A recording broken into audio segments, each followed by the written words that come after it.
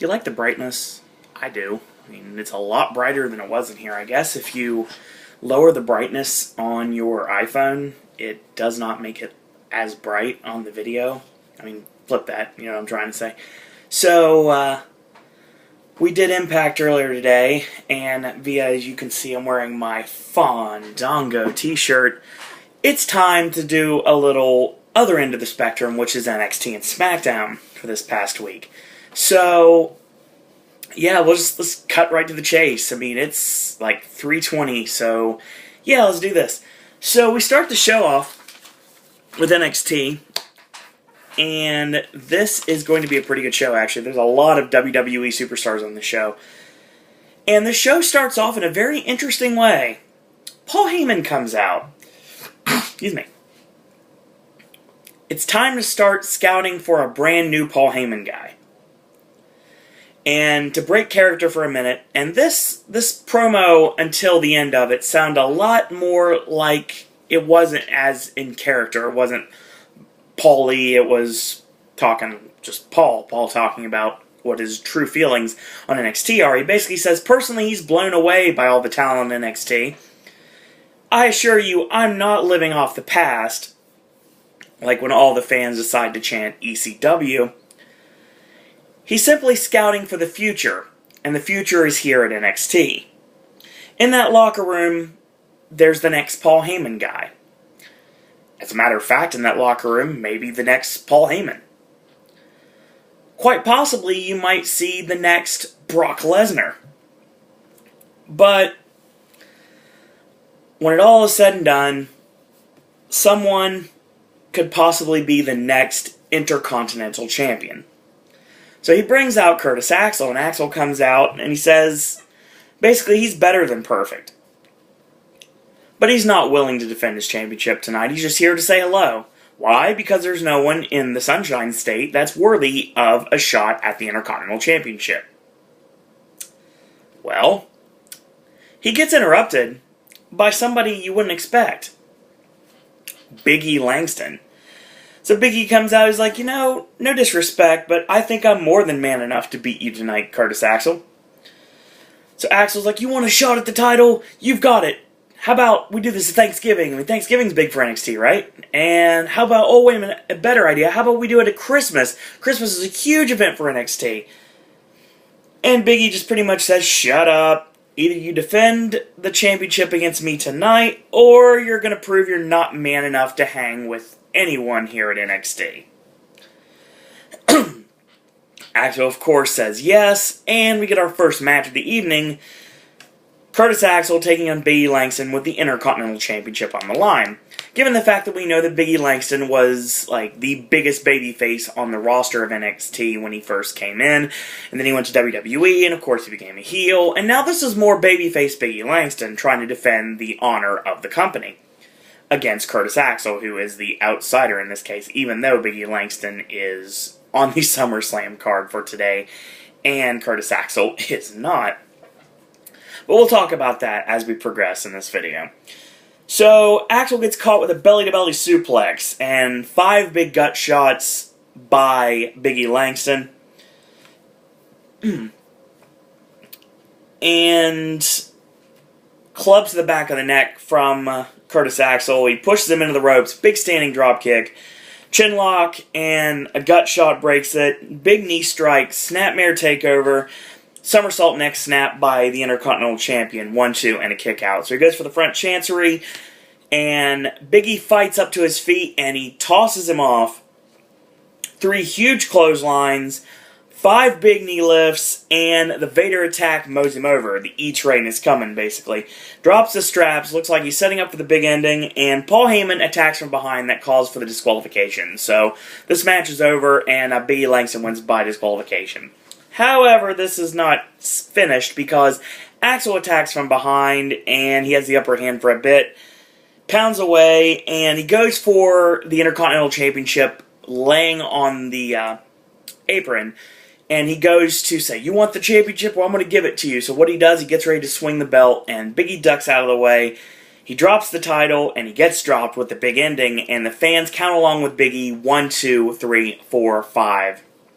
And that's the end of the segment. So, Sami Zayn is interviewed by Renee Young, and Sami Zayn looking more like Dustin Diamond every single day. Yeah, the Seth Rogen-Dustin Diamond combination is in full effect tonight.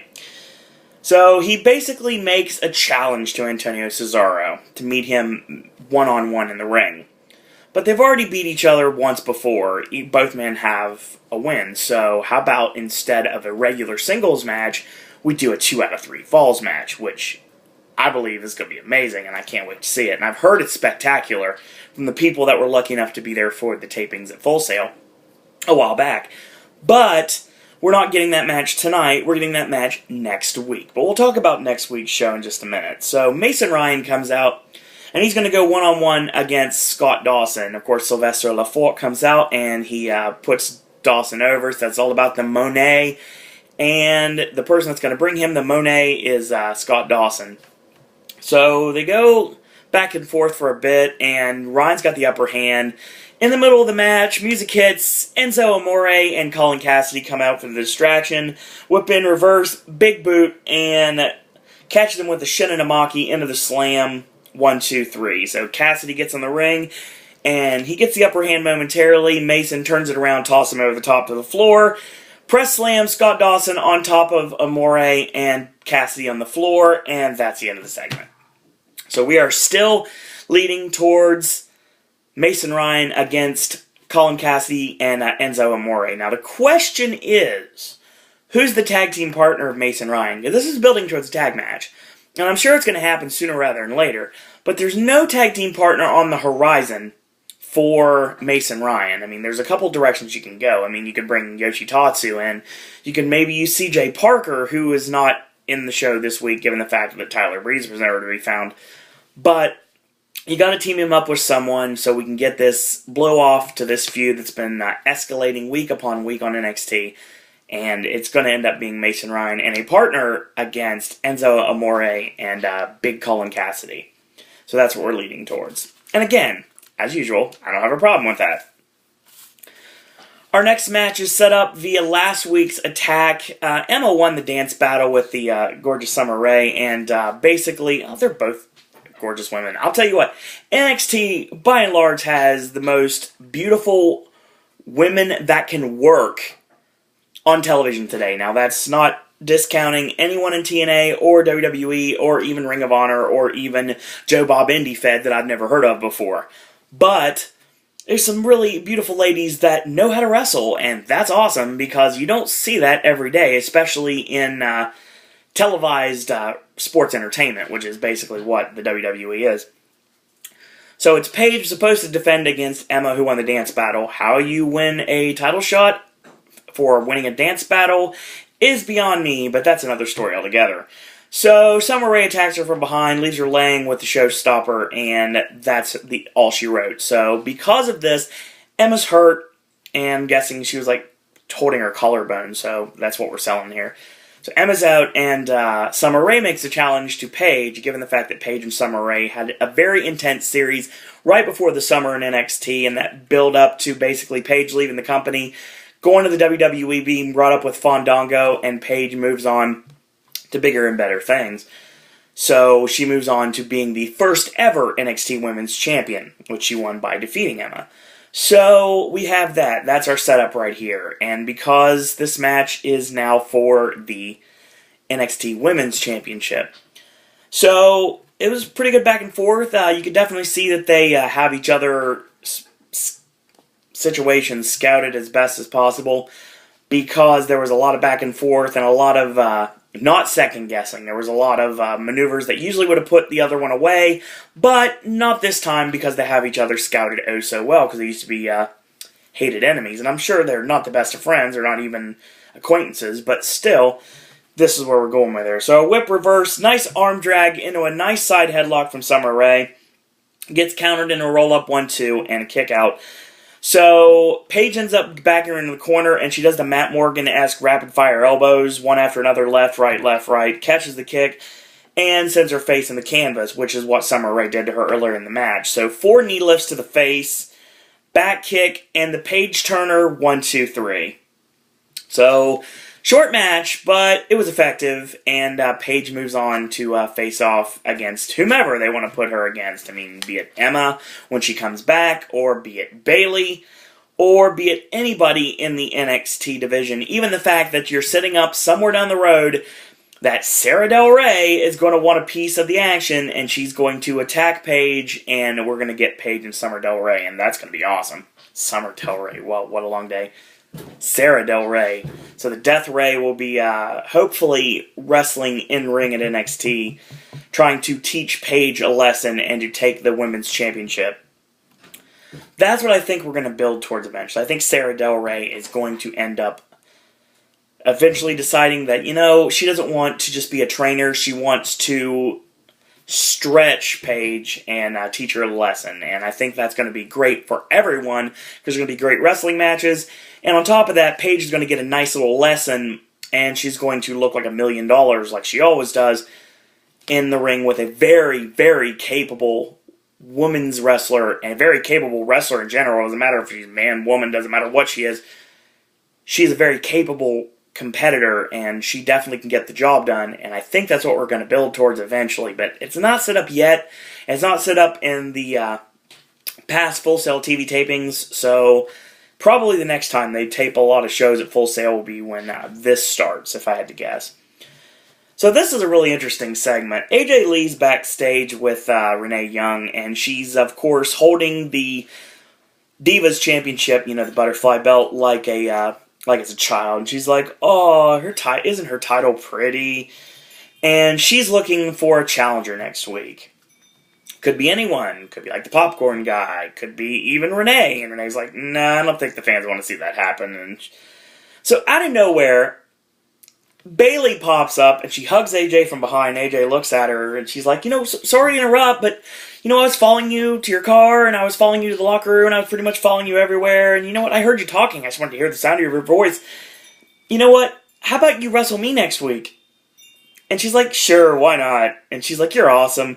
Don't believe what people say. I mean, you're not crazy. I don't know why the people think you're crazy. And she's like, what did you say? She's like, no, I think you're awesome. She's like, no, what did you say before that? She's like, I don't understand why people think you're crazy. And then Bayley just kind of stops her before she's about to snap, like we've seen AJ do so many times. And she goes, after I win the title, we can still be friends, right?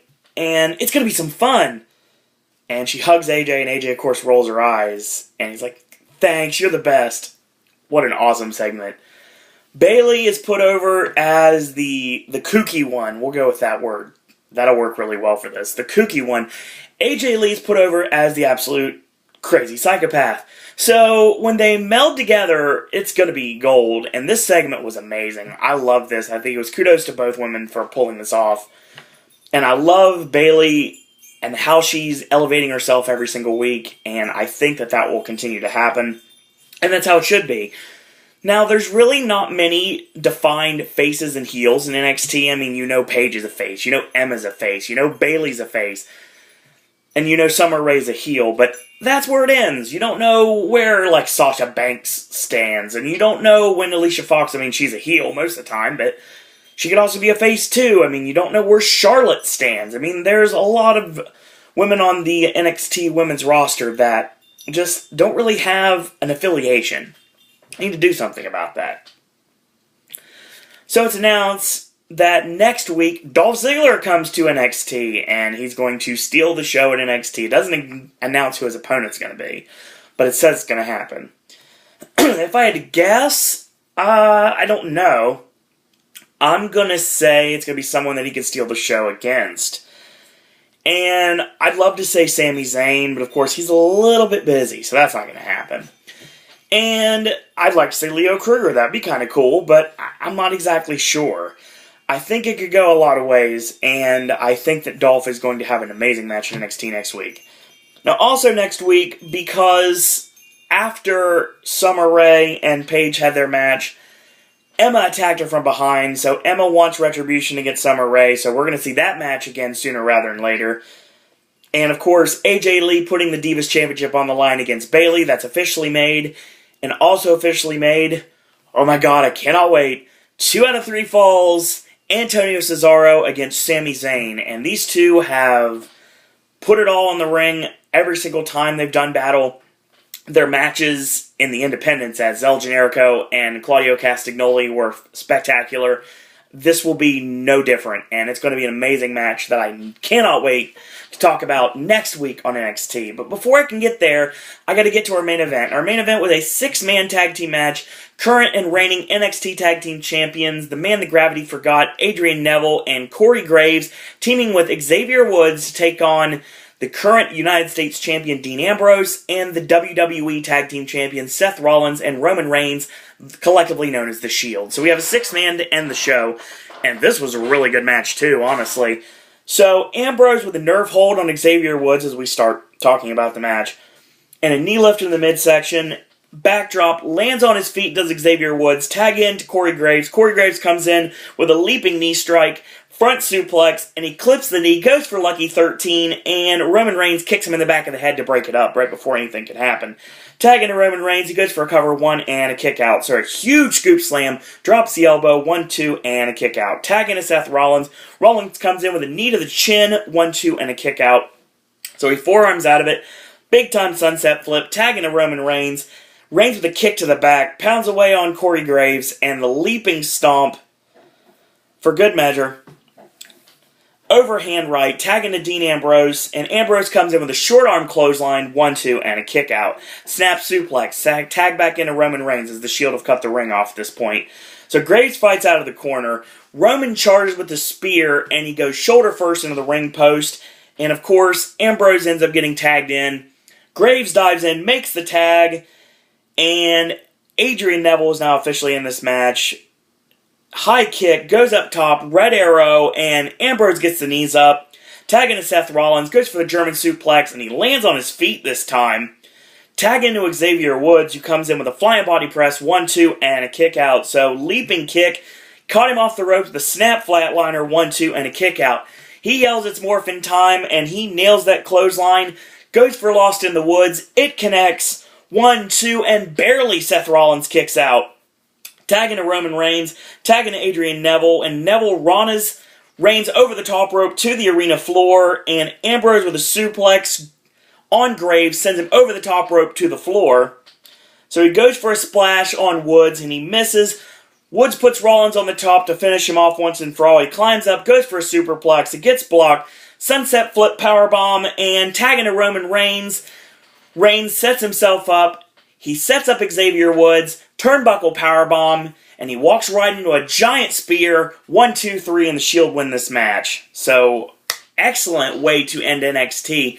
But that's just the main event wrestling match. Now, there is a little bit left on the show, and that would be in the guise of Antonio Cesaro officially making his presence known and saying that, okay, I'll accept this match against Sami Zayn. So, they brawl, and the road agents separate them. It says, save it for next week, so that's exactly what we're going to do. So next week on NXT, it's going to be awesome. Dolph Ziggler is going to be in action. You have AJ Lee put the Divas Championship on the line against Bayley. You have Cesaro against Zayn, 2 out of 3 falls. It's going to be spectacular. And the greatest way to end this show, they drag Sami Zayn away. The road agents have separated Zayn and Cesaro. And Cesaro just yells, Zayn! So yeah, a definite Khan reference for Star Trek, so there you go. So that was really awesome. And great NXT this week. Paul Heyman coming out very much surprised me, and it led to Biggie Langston going back to his babyface form, taking on Curtis Axel, and of course you know he would have beaten Axel if it wasn't for the fact that Heyman got involved, but you know that old chestnut, this feud probably isn't over. Mason Ryan beats Scott Dawson, and on top of that, he gets attacked by Enzo Amore and Big Colin Cassidy yet again, building up to Mason Ryan and a partner of some sort to take on Amore and Cassidy somewhere down the road. So we get that. We get Paige defeating Summer Rae, and then Summer Rae gets attacked from behind by Emma, so that feud is far from over. And of course, we have an amazing way to end the show. 6-man tag team match, and the Shield barely defeat Corey Graves, Adrian Neville, and Xavier Woods. So, great episode of NXT. Very enjoyable. We go right from NXT to this week's SmackDown.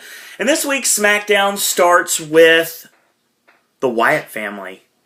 So, of course, you have the garbledness, and you have broken out in love, or live in fear, depending on how you call it, that starts, and Bray Wyatt, Eric Rowan, and Luke Harper make their way to the ring. Of course, Rowan wearing the sheep mask available on WWEshop.com, and Bray Wyatt wearing the brand new Follow the Buzzards shirt, which, of course, also available at WWEshop.com. And soon to be on this guy's person in the next few weeks, as soon as it is shipped on the 21st. Anyway, that's just product placement. That's how we do things here. So the Wyatt family come out, and of course they have Bray's trademark rocking chair. And Bray sits in the middle of his rocking chair. He's in the ring with Harper and Rowan on both sides, and he cuts this promo. Hello everyone. My name is Bray Wyatt, and these fine young gentlemen sitting behind me, they are my brothers, Harper and Rowan. Now, we have come to the conclusion recently that our actions have been misinterpreted. Now, allow me to clarify a few things. I want to tell you a story. A special little story. Now, once upon a time, there was a little boy. A special little boy. Now, this little boy, he went to school like all the rest of the children. But kids can be so cruel. Now, even though this little boy was bigger than all the rest of the children, he would cower to their harsh words. They would call him names like freak. They would beat on him, and they would send him home running every day with tears running down his face. All just for being himself. But one day, this special little boy decided that he was going to change the world. He was going to go to school and everything would be different. But instead of him changing everything, he ran away. He ran away and he found another little crutch to hide behind. And this crutch gave him a new sense of power. This crutch allowed him to be whatever he wanted to be. This crutch, it was a mask. And behind this mask, he gave himself a new name. And that name was Kane. And behind this mask, he allowed himself to live this lie. You can eat it all up every day for no reason. Well, I say no more lies. Because I know who I am. I know what I am. I walk on water just to prove to you that I can. I bite the head off a snake just to taste its poison. And I promise to you, monster, that this Sunday, in the city of angels, I will prove to you that one man's hell is another man's paradise. Follow the buzzards. Once again, a dynamite promo from Bray Wyatt. And what happens after this? Kane's pyro hits, and the ring is shot with fire, and all of a sudden Kane does not come out. They're ready to fight.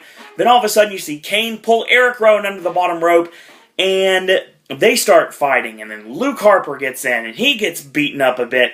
So he finally gets his hands on Bray Wyatt, and he choke thrusts him, he throws him into the corner, starts pounding away.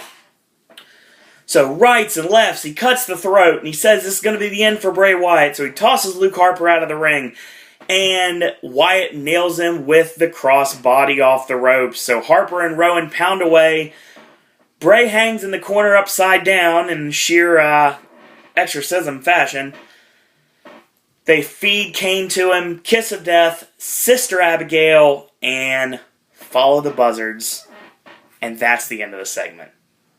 First segment of SmackDown, absolutely awesome. And the reason why I was very meticulous about how I did that promo was because I wanted to make sure every single word was used and used verbatim.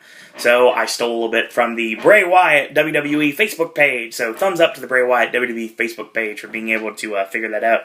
So we get our first wrestling match of the evening, Mr. Money in the Bank, Damien Sandow taking on the man who has one more match with the World Heavyweight Championship on the line against Alberto Del Rio in a couple of hours, Christian.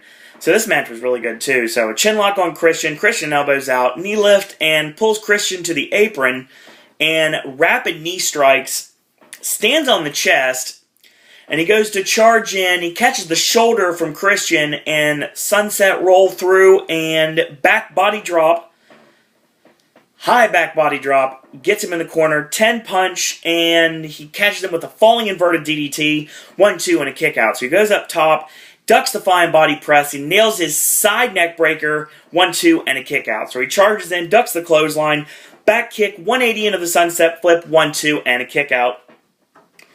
So he goes off the middle turnbuckle, nails the spinning back elbow on Sandow, and goes for the kill switch, gets countered into a cartwheel of all things, tosses him off into the ropes, side California leg sweep, goes for the Kobito Akiyet, and Christian rolls out of the way, and Sandow's like, what happened? And he moved out of the way. So he goes for the elbow again, and when he goes to drop it, gets rolled to an inside cradle, 1, 2, 3, and Christian wins this match. So Sandow is beside himself and absolutely frustrated he lost the match to Christian. He goes for a clothesline. Christian ducks out of it, spears Sandow, and Christian celebrating. Del Rio from behind, and he gets on the mic and says, this is the end of the road. You'll never be World Heavyweight Champion again.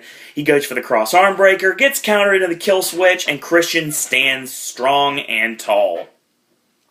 So, get our next match of the evening. It is going to be Kaitlyn and Natalya taking on AJ Lee and Layla. So this match was it was okay.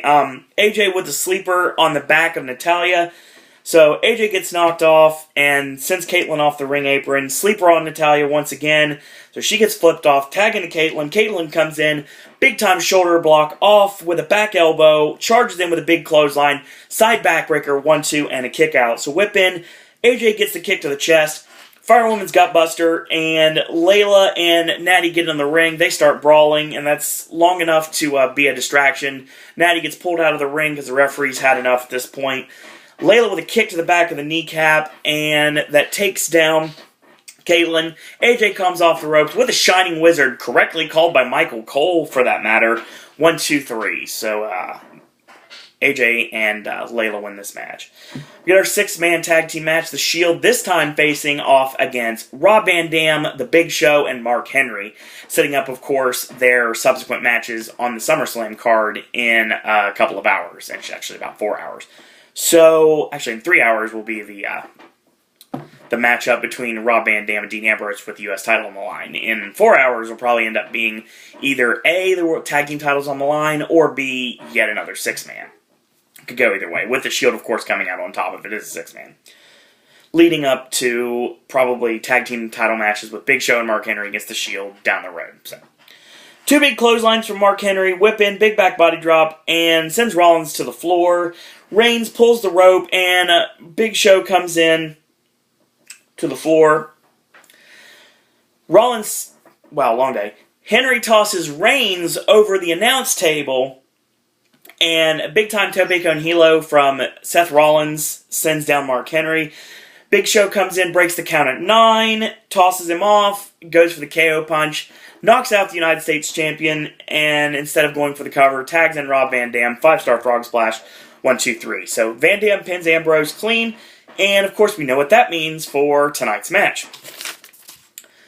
Get our next match of the evening, kind of a filler match, The Miz against Jack Swagger. So, Miz nails the old school expulsion, and later in the match, Jack Swagger goes for the diving clip, gets caught with a DDT, 1, 2, and a kick out. So, he ducks the kick to the face, Miz clothesline in the corner, he goes for the crown, and he gets stopped by Cesaro. Cesaro doesn't touch him, mind you. He just kind of stands there for the distraction, and Swagger ends up knocking the Miz off the ring apron. The referee spots this, thinks Cesaro had something to do with this, so he tosses Cesaro. Zeb Coulter, of course, has to throw his 2 cents in. He gets tossed as well. Long enough for Miz to slide through the bottom rope, sunset flip, and he ends up stacking him up top, 1, 2, 3. So, it was what it was. Curtis Axel taking on Zack Ryder, which was actually nice to see Ryder back on television for a change. Ryder is completely blonde now, and he has no spiked hair, so he doesn't take care anymore, apparently. He has the shaggy hair at this point, but it's kind of combed down, so that's basically what we have Zack Ryder. New gear, too.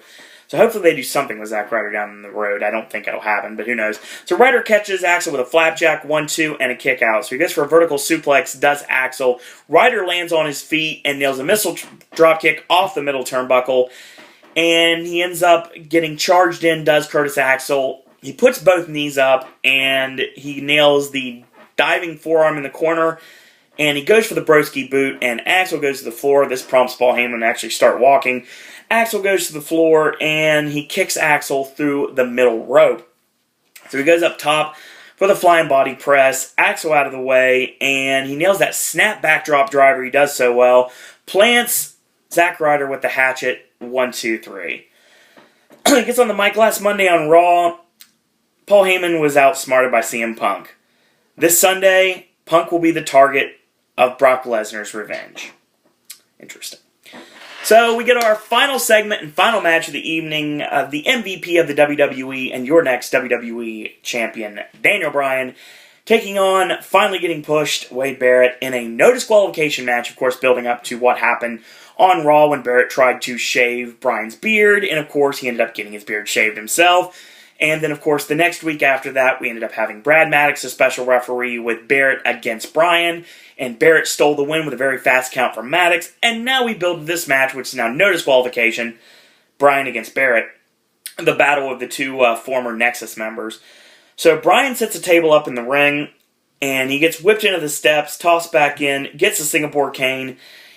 Barrett comes back in, he canes Daniel Bryan over and over again. So there's a kick, he slips out of the ring. Bryan with a tope, tosses Barrett back into the ring, missile drop kick. No chance in hell hits, and Vince McMahon comes out in one of the ugliest jackets I've ever seen in my entire life.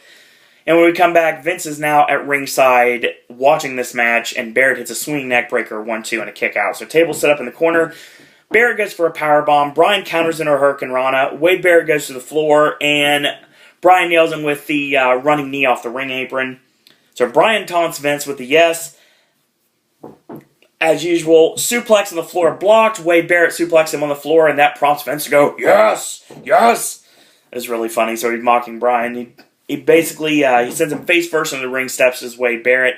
He gets a steel chair, and he lowers it on the back of Daniel Bryan, and then he nails him in the ribs with it. Then he nails him in the back with it, and he nails him in the side with it, basically trying to wear Daniel Bryan out with the steel chair.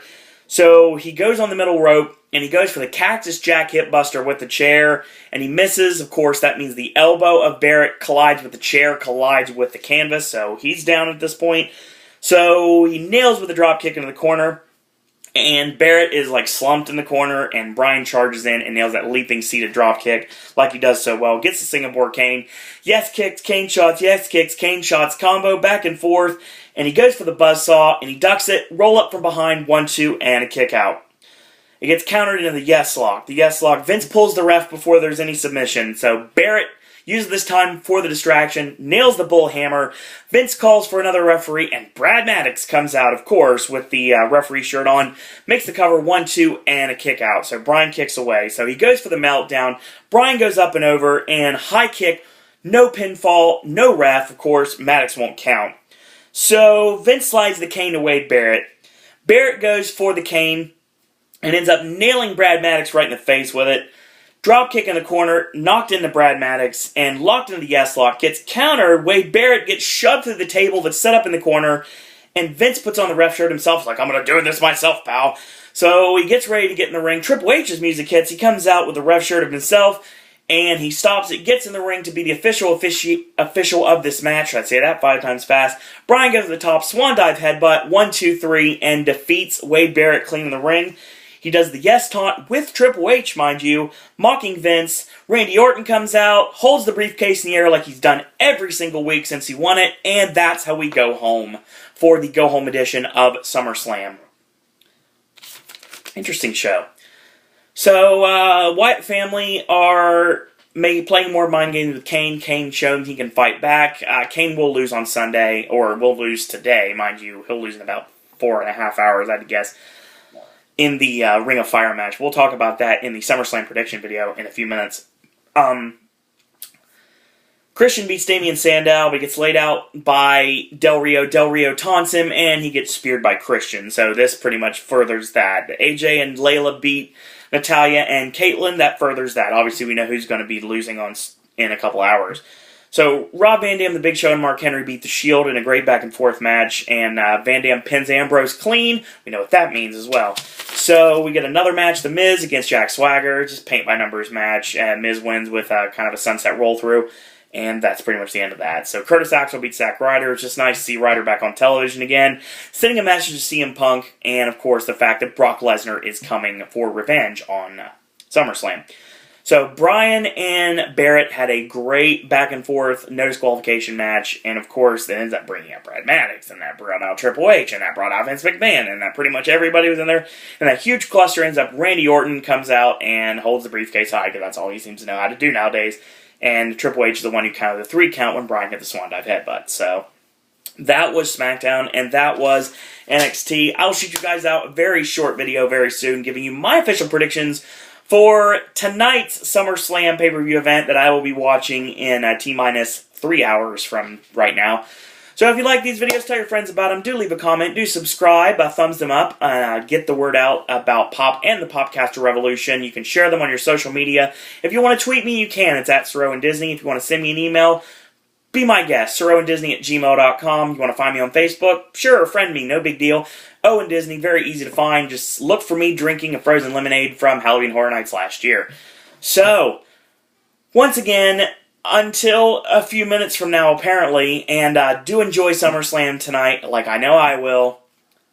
Until tomorrow, boys and girls, that's all I got to say about that.